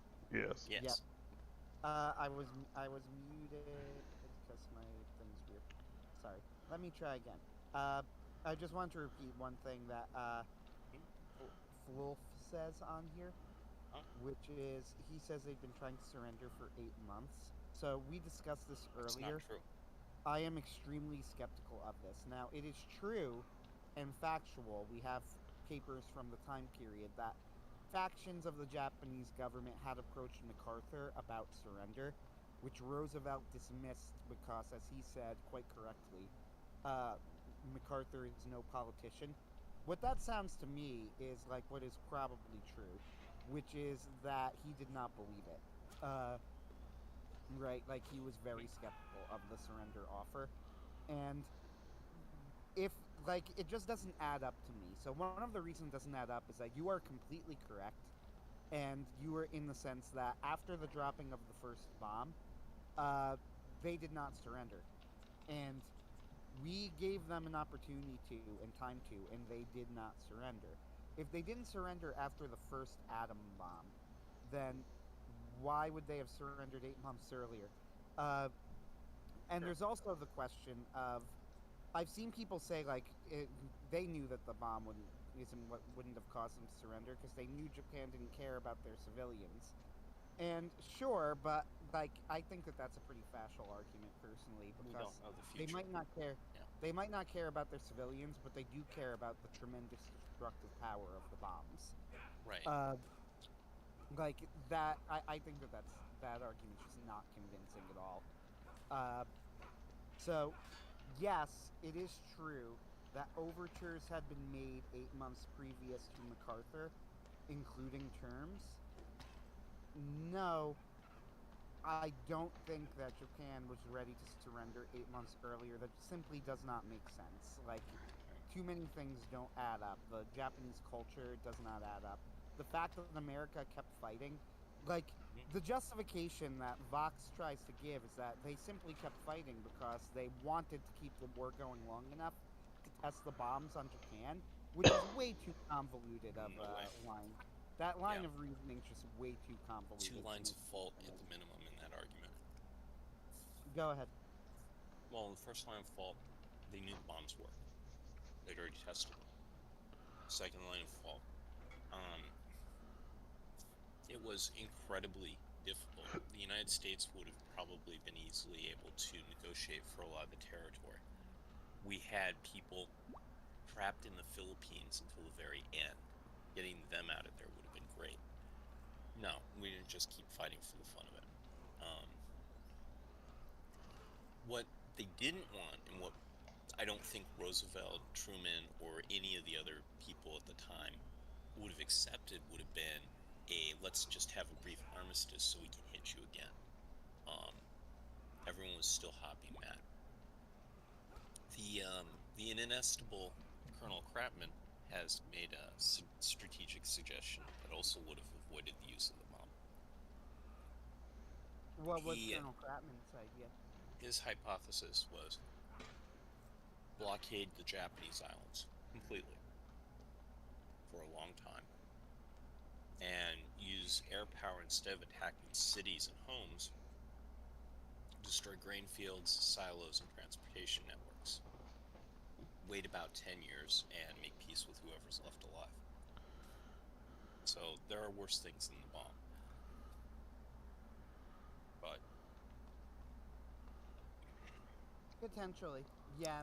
So Ben and I, when we discussed this, our whole thing was that it is a very, very hard thing to discuss with people because right. every time I get into a discussion, it gets very emotional very quickly.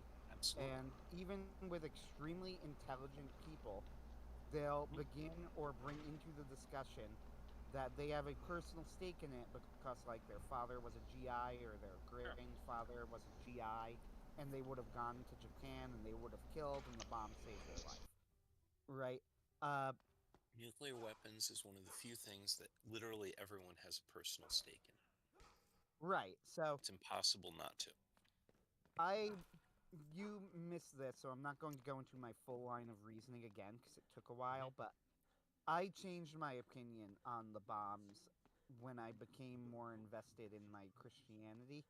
I was originally in favor, uh, and then I changed my mind and I became against. And the reason for this boils down to the fact that I don't think that you could justify. I'm trying to think of how to put it. I don't think you can justify the intentional civilian annihilation that resulted from the atom bombs.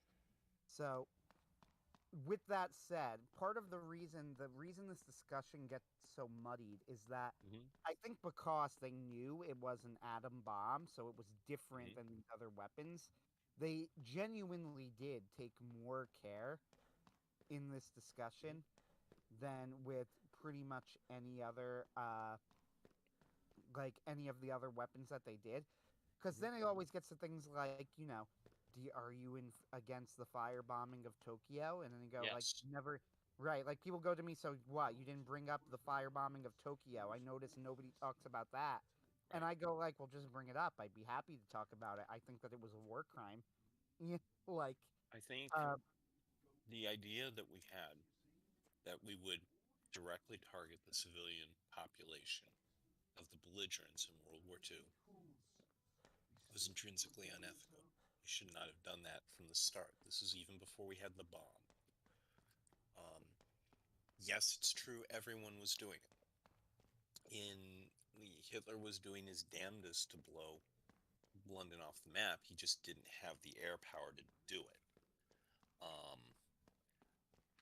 But everyone at the time had this grotesque idea that your primary target should be the civilian population because it had always been out of reach in previous wars from air power. You can look up old air power maps, and it'll have this like dartboard affair showing, the main target in the middle and then subsidiary targets, like you attack these if you can't hit the center. And on the outside is the war fighting forces, and the inside is civilian leadership, and just outside of that is civilians. It's obscene. So right. from that context, the atom bomb was just the next evolution of the same thing. This is even more effective at blowing up cities than the way we've been blowing up cities so far. Of course they used it. They were already turning cities into ash heaps. Right, exactly. So, and I think this is where you get some of like at the time, the Catholic discourse particularly was pretty anti-atom bomb. You get people like the venerable Archbishop Fulton Sheen. Now, I don't know if you've heard of him, but Fulton Sheen was actually a celebrity like show, essentially almost a talk show host Mm-hmm. is how I would describe him. Like a very early form of that. He had a show, a radio Mm-hmm. show and a television show where he would address the culture. And he's now venerable Archbishop Fulton Sheen. He was almost beatified, but for some reason, like that ended up going wrong somehow. Uh, I don't know the details behind it, but Venerable Fulton Sheen was very anti-atom bomb, and I think for the reasons that you're saying, he viewed it as like the evolution of the United States callousness towards life generally, during the war. Uh, and I actually think that he was too hard Oh, on Truman, right? Like, I don't agree with him entirely on it, but this is what muddies the issue on the atom bomb. right. What muddies the issue is that of the civilian annihilations that the Allies committed in the war at Dresden and the Tokyo Mm-hmm. fire bombings are the two Right. most famous. Uh, besides the atom bombs, I should say. Hmm. These were the most justifiable of them, but probably because it was an atom bomb, so they wanted to make sure like they had their ducks in a row. Like, Hmm. hey, if we're gonna do this, we want to be very, very careful why we're doing it. So it makes the discussion harder in that sense. But it's like if you want me to condemn the Tokyo firebombs or the Dresden bombings, just ask and I'll be happy to. Sure. Uh, you know, like sure, let's pivot the discussion. Like, are you actually trying to justify them? I'm not against the idea of strategic bombing as an idea. I'm against the way the target selection was done from all the way from near the end of World War One all the way through most of the Cold War, where it was like, yeah, this is the main target. This will make them surrender. It's like, no, okay. Even if we grant your major premise, no. Do you blow up factories? Sure. Transportation networks when needed. You can hit things that are part of the uh, enemy resource production, but you hit it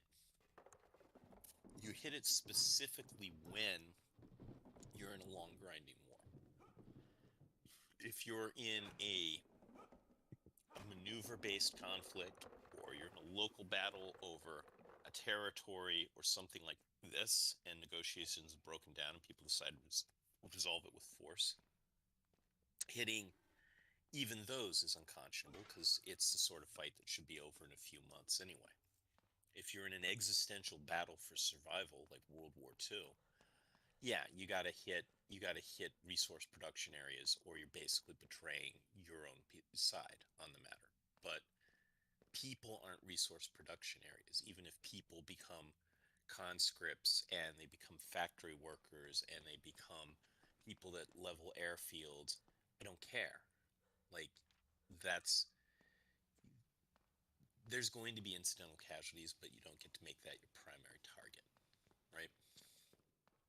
Yeah, so part of my problem is that, as John C. Wright has pointed out in his blog, and I've seen in other places, it is true that Hiroshima and Nagasaki had military strategic value. I believe Hiroshima had a naval shipyard, if I'm not mistaken.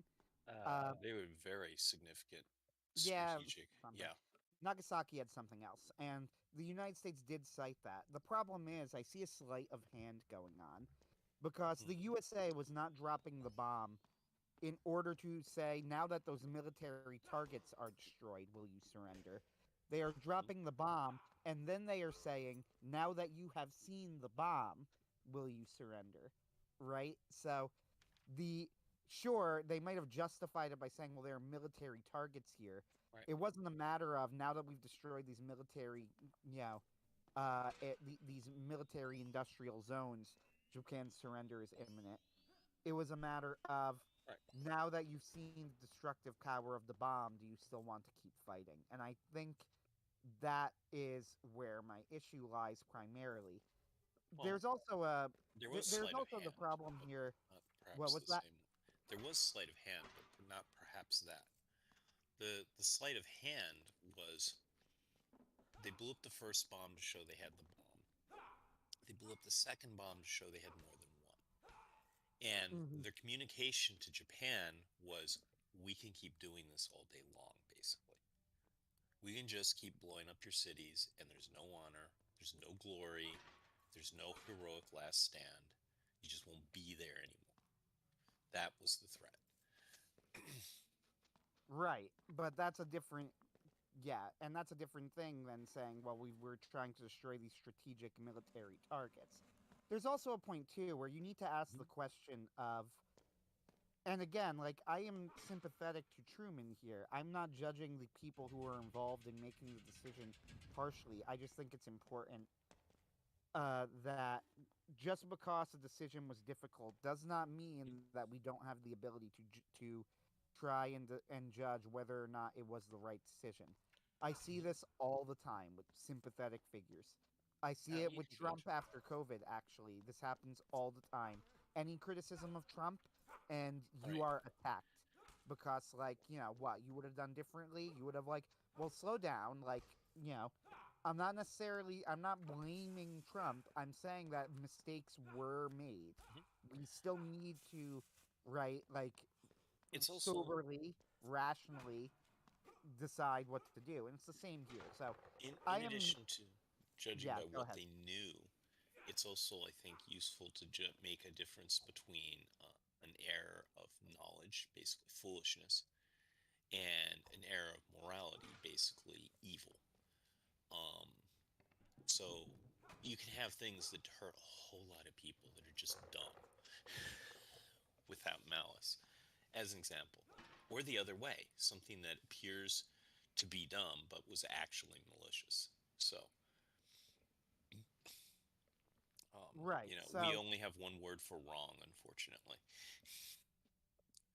when I say that Truman, if that I think he made the wrong decision, I am saying that I think it was probably a very practical decision, but morally it is not a decision I would make. But then the question then becomes always, this happens to me every time I get in this Hmm. discussion, is what would you is would you have dared to do differently? What would you have done? I And mean, okay, it's a yeah, fair I counter get it. question. Like, I get what you're saying. Uh but ultimately, what even if I would have been right, like, I can judge that that is not the correct decision, while saying, would I have been strong enough to make it? It's like looking at a martyr who died for his faith and then Right, going, would you have? And then right. go, He did the right thing, but wow, that's right. gruesome. Yeah. So do I think Truman did the right thing? I would say no, but he did a very human thing, and he made a very practical decision. And when you're in a position where you have Hmm. millions of lives at stake, Hmm. it's hard to ask someone to do differently, right?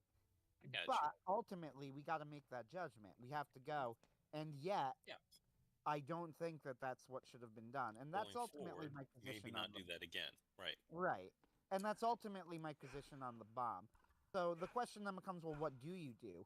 Well, Colonel Kratman's position of a blockade is a possibility, and there is a major difference with a blockade where you go, Hmm. it's worse than a bomb in terms of death, but there's one major difference, and the difference is that you are now leaving the option of surrender open to Japan at any point in the blockade.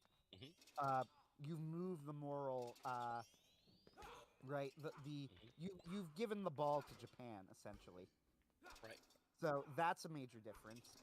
uh I don't know, like, those surrender offers from 8 months earlier. I do think that's true that there was a section of Japan that was willing to, but it is just a fact. It's a known fact of history that Japan was being run by an insane like war cult. Right. Hmm. Basically, the emperor, Yeah. believe it or not, was not part of it. Yeah. No, He was one he of the more was he was sane, but he actually was very surrounded. instrumental in bringing about peace. Yeah, but he was surrounded by, like, advisors who seriously considered assassinating him after Yeah. he surrendered. Like, and this is just a fact. So this Yeah. is why those 8 months earlier surrender offers just don't sound plausible to me. Where it's like, I'm sure that somebody went to MacArthur with that offer. I am not so sure that Japan itself would have been willing to follow through on this. And it seems as if the United States had the same opinion. Like, I guess if yeah, they I guess looked if at those offers and they said, no, that's like, I don't believe it. I had to say, like, what is my judgment, for looking back through the eye of time. Um, I think Truman made the decision that seemed right, but there was one thing but there were two errors in why it seemed right. One we can look back on and say, yeah, he couldn't have known, and one we can look back and say, yeah, everyone should have known better.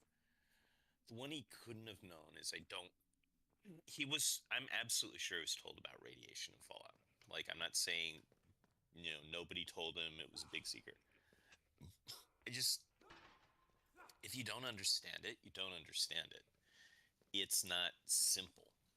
I'm quite sure he had no idea what was really coming from that, even though I'm sure all the scientists told him what was going to happen. I just don't think he grasped it. It was too outside of his environment, too outside of his world. Not the blast and the fire, the radiation. The part he didn't think about, but should have, that everyone should have thought about years earlier, is yeah, just because the Germans are being absolute scum by deliberately targeting civilian populations doesn't mean this is the right way to go about prosecuting the war. Now, so it was like, the strategic targeting of civilian populations from the beginning was like a no-go and should have been. Now, there's an interesting thing in Churchill's memoirs, which is the Germans were developing and stockpiling gas bombs, and there was a threat to use them to force Britain's surrender. And Churchill sent back, I've got plenty of gas bombs too. And if one of those lands in here, every one of your cities is going to get gas bombed. And none of them gas bombed each other. So it's sort of like a prelude to, unfortunately, nuclear détente, potentially.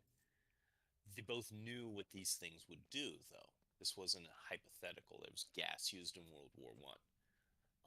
Hitler himself had experienced it in battle. They didn't have any illusions about what this would mean. And they were both like, no, that's a can of horror we don't want to open, even in an existential war. So maybe it's the intrinsic knowledge of what these things can do that really precludes their use, as opposed to a hypothetical, right? Right.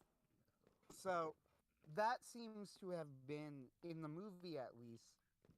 I don't know enough about the real Oppenheimer, though. I know that that Nolan got this from a biography of him called American Prometheus. Uh, but Oppenheimer, it seems, thought that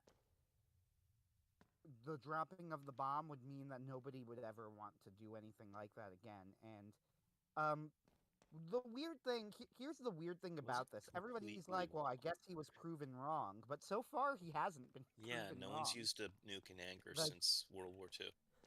Like literally it's nobody. honestly kind of bizarre to me. Like I've never really understood that argument of people going like, I guess that it didn't work, but it's like, but that the argument did Yeah. work. It seems Not as o- if it worked perfectly. not only did we not have an atom bomb used in anger after World War II, we haven't had an existential world war since that. It didn't make war go away. This wasn't, oh, it's the war to end all wars. Man will never fight again. No, it was none of that.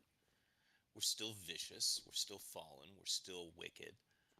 But nobody wants, no one wants to test it, right? Right. So it It's seems like why like the in current that conflict sense. we've got going on right now has got everybody like crawling the walls because it could go completely nuts. So it's always just seemed like a weird line to me where Hmm. people have said like, oh, and Oppenheimer himself seems to imply it in the movie, like in his final line to Einstein.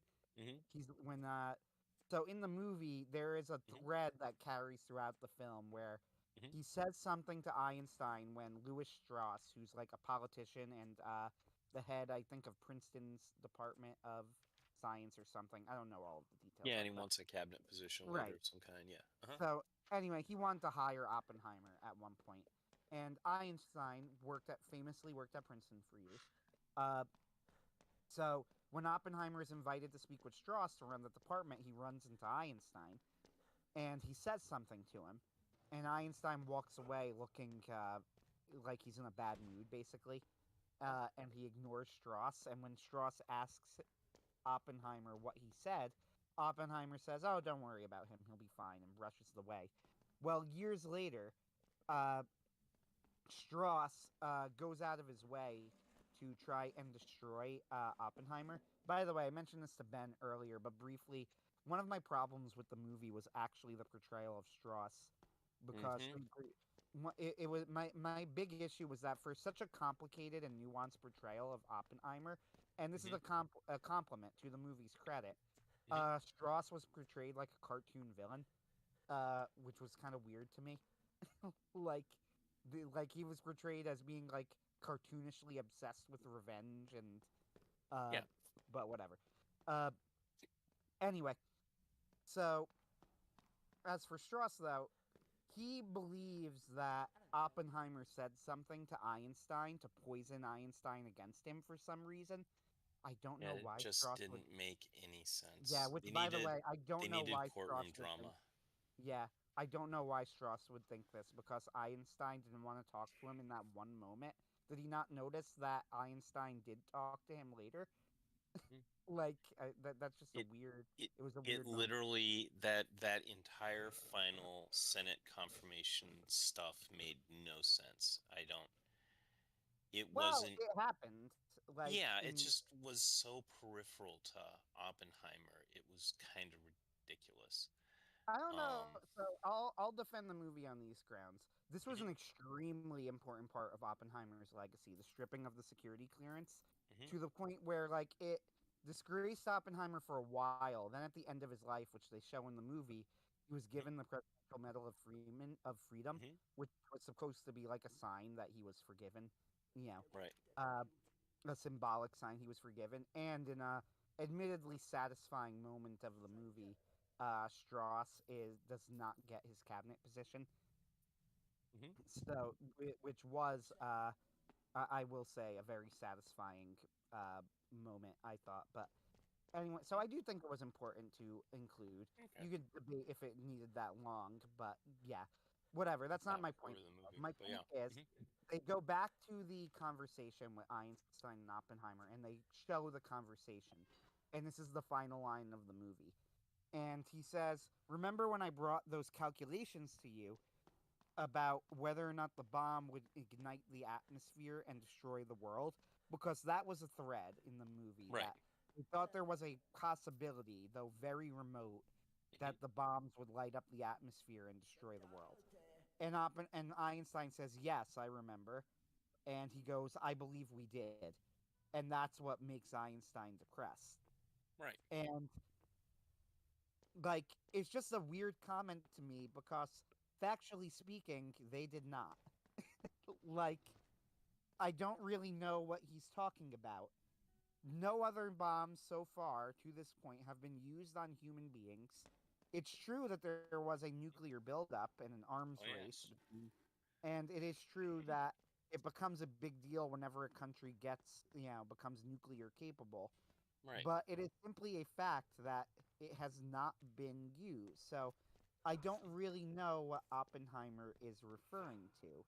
Now, he could be referring to the potential in the future for something like this to happen, Mhm. but like even if he thought that it would lead to people not wanting to fight anymore, like it's hard for me to believe like what form did he think that would take? He Like, probably do you think it thought the would take the human race form was of going to blow itself up. one more time? It seems to be implied in the movie, although I don't know Oppenheimer's personal thought on the matter. It seems to be implied that he thought that it was going to blow up the world. You saw bombs going off in the end scene of it. Now, Einstein did famously say, when he was asked what weapons will they use in World War III, this was while World War II was raging, and he said, I don't know, but World War IV will be fought with sticks and stones. So he knew what the dangers were because he was aware with these kinds of weapons. The Yeah, Einstein also, Mhm, I'm not sure, that might be an apocryphal story, but one quote that I know and have checked is real. mhm, Is he said, "If I had known what my letter would lead to, I would have been a locksmith." Uh, mhm. like in other Sounds about right. the implication being that if he had known that his work would have led to the creation of atomic weapons, then he would have rather just done something that was totally, uh, unrelated. And I get that to an extent. It's just a weird message to go like, and it's and instead of leading to the end of war, it Right. led to, well, it didn't really lead to anything so far. It led to no world wars. It led Yeah. to the Soviet Union and the United States not fighting each other. Uh, like, I don't really know what It you were expecting it. Like, human it's nature is not going to change because yeah. the bomb exists. It's worth remembering a lot of these scientists are very arrogant. Um, like there's ones that are plenty that I might agree with or disagree with or whatever, but one thing that often happens when you start edging into the higher realm of IQ is you've got people who are very used to everyone around them being wrong almost all the time.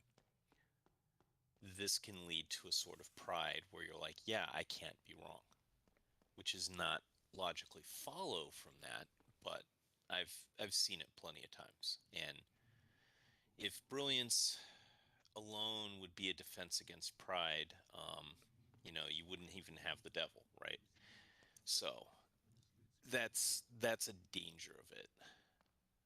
Another one that, though, I do think is an interesting tale from this. Also, you've heard of Enrique Fermi, who is a physicist who is also in the nuclear weapons projects.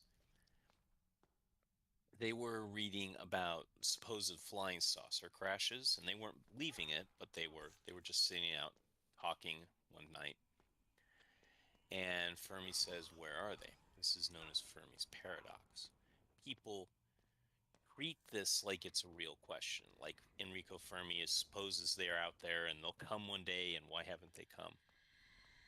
But it was mentioned in the context of the bomb project. It wasn't a question, it was a statement. He my estimation is Enrico Fermi and some of these other people probably thought this was the end of the human race. Um, that there was no way we would ever get out of it. Now, since we haven't gotten out of it, I don't know. That remains to be written. But there was a lot of concern and pessimism about how it was going and where things were going at the time. Um, just my 2 bits on that. Very good. So we're at 9:05. Ben, do you have anything else you want to say? No, not really. A lot of this stuff just comes down to me looking at them and going, well, these are godless men doing godless things. And they decided that, some of them decided that actually we've made a terrible mistake. Whatever their brilliance was, it only brought destruction and false displays of repentance, like Oppenheimer's now I become death. I'm with Owen Benjamin on this the whole way through. It's fake and gay. He's faking gay. The bomb might be faking gay in some regard. And it's all just nonsense to me, and I won't make them Now lions. I'm picturing a pink atom bomb, Ben. Thank you for that. You're welcome. Uh, Yeah. the I mean, it mushroom is fires the An gamma trans atomic flag, bomb rays. that makes everyone gay. right? It Uh, explodes. well, it The whole certainly city brings forth becomes gay anime, and surrenders immediately. Oh my goodness. but you look at this stuff, and you clearly see that nothing good has come of it, and quite frankly, I am perfectly happy to uh, stay within an era of time where atom bombs may be taken down by defense lasers and other such defenses. And I'm also perfectly happy that the know how and how to build them is passing away. That is one good thing to come out of the competency crisis. Honestly, I want to see it get to the point where two two men meet in their mechanized steel battle suits on the field of honor and decide the fate between them in the in the bright light of the sun upon them in front of all. Yes. The Dune shields. When will we, get the Dune shields? So on and so forth. We could even get the world leaders themselves have to be the bot pilots, right? Yeah, exactly. I'm fine with it. The more they suffer, the better off we all are. But I mean, oh, go ahead. Yeah, that's anyway. All right, Got guys. nothing to add. Thank you all for joining us. We will see you again next week. Yay. All Are right. we offline? Yep.